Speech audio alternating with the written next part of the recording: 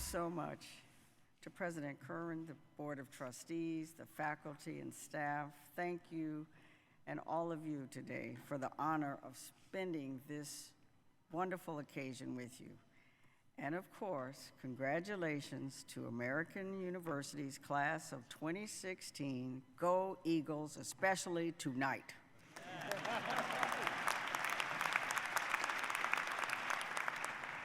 Graduates, hats off on the hard work and perseverance that brought you here. To the parents, grandparents, aunts, uncles, brothers, sisters, family, and friends that got you here, this is your day as well. Could we all give you all a hand?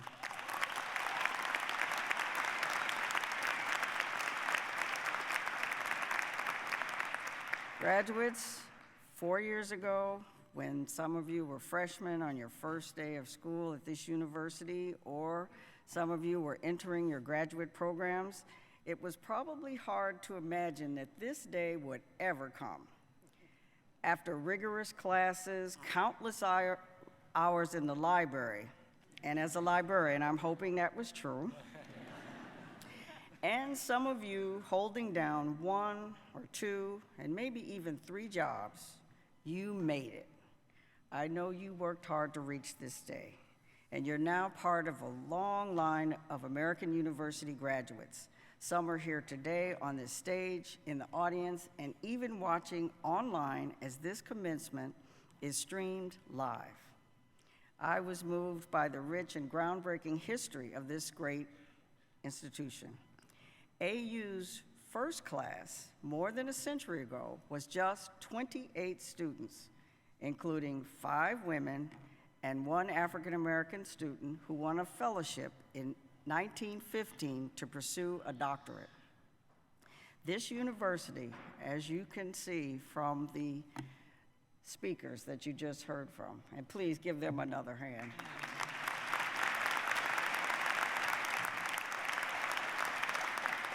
This university has committed itself to embracing a global outlook and public service. And the public service I know a little bit about because my mother, a former Chicago social worker and classical musician, instilled in me the importance of public service. And it was an honor to be nominated by President Obama and confirmed by the United States Senate to lead one of the greatest cultural institutions of our nation, and I dare say the world, the Library of Congress. As the first woman and the first African American in this post, I am humbled. And it's especially moving to me because African Americans were once punished with lashes and even worse for just learning to read.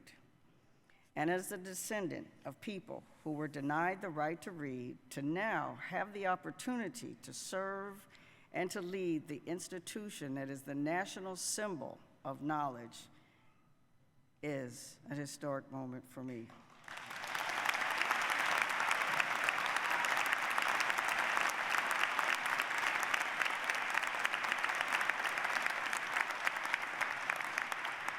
As Frederick Douglass said, once you learn to read, you will be forever free. And as you well know, today, knowledge is truly powerful. It's freeing even, especially in the digital age. The ability to apply the skills and the knowledge acquired to get you here today, graduates, will be one of the most important parts of your continuing education in the digital age. You know we live in a world where information is sometimes measured in 140 characters and how many likes you have on Facebook. There is a tremendous amount of information available today, often in conflicting voices that anyone can produce, and just as often, hard to decipher. In this age of information overload, it's been even called a fire hose of information coming at you. The ability to consume this information alone will not give you really knowledge or even wisdom. Graduates, you've learned many facts and used information in a variety of ways. Yet I hate to tell you, as a librarian, that most of what you devoured might be useless in several years. and in some professions, months. Change in most professions will come fast, and what you know now is most likely not what you will need to know in the future. So today is another step in a lifelong journey of discovery, and the most important skills and lasting skills you've learned are how to learn and persevere. Now, I am a living example of the need to use the skills that you have learned to get you here to face a changing and challenging professional future. I'm an example of the need to continue learning and investing in yourself, an example of finding meaning and purpose in work that's rapidly changing. When I graduated and received my undergraduate degree, they were in completely different fields that I'm in now. And when I was in the process of looking for a job that some of you may be in the process of doing now, a fellow graduate, in seeing me in the Chicago Public Library, where I waited between interviews, where they told me, "You don't have enough experience." And so I would wait in the library. One of my fellow graduates came up to me and said, "Hey, are you here for the library jobs? They're hiring anybody with an undergraduate degree." So I went upstairs and applied. I was in the library. And they assigned me, though, to a small storefront library with a person who was going to graduate library school. And when I first met this colleague, she was leading a story time on the floor in jeans for children with autism. And watching her interact with those children and seeing their reactions demonstrated to me right then the power and the potential of a librarian's work, and I was hooked. And inspired by what I saw, I went to the graduate school to become a librarian. I sat in classes and learned the theory, and while I was doing that, I was working on the south side of Chicago, and I saw the magic of applying what I learned in school with going to work and connecting people with knowledge. And I was heartened to see that many successful people started out on one path and accomplished something different. Jeff Bezos, the founder of Amazon, planned to study physics in college before deciding to pursue a career in computers. Denzel Washington earned a college degree in journalism before he turned to acting. And Thomas Edison, Library of Congress, we say Jefferson a lot.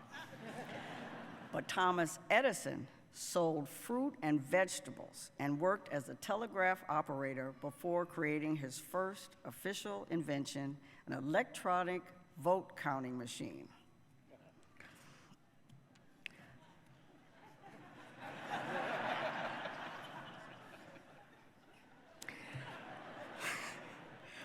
Many great commencement speakers before me have emphasized, though, the fact that accepting life's realities and challenges will be necessary in finding a way to persevere in a changing world, and that learning how to learn will be one of the keys to success.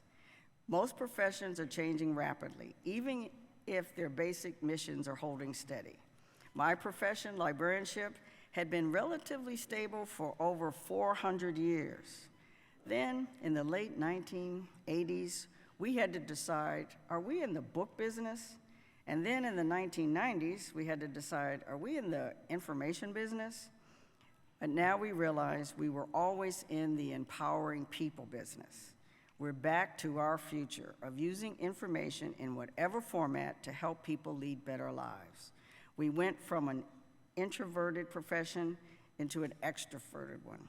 And you'll probably face those challenges in whatever profession you will be. However, you should remember that your education and what you've achieved is your passport to opportunity, and really a ticket to ride.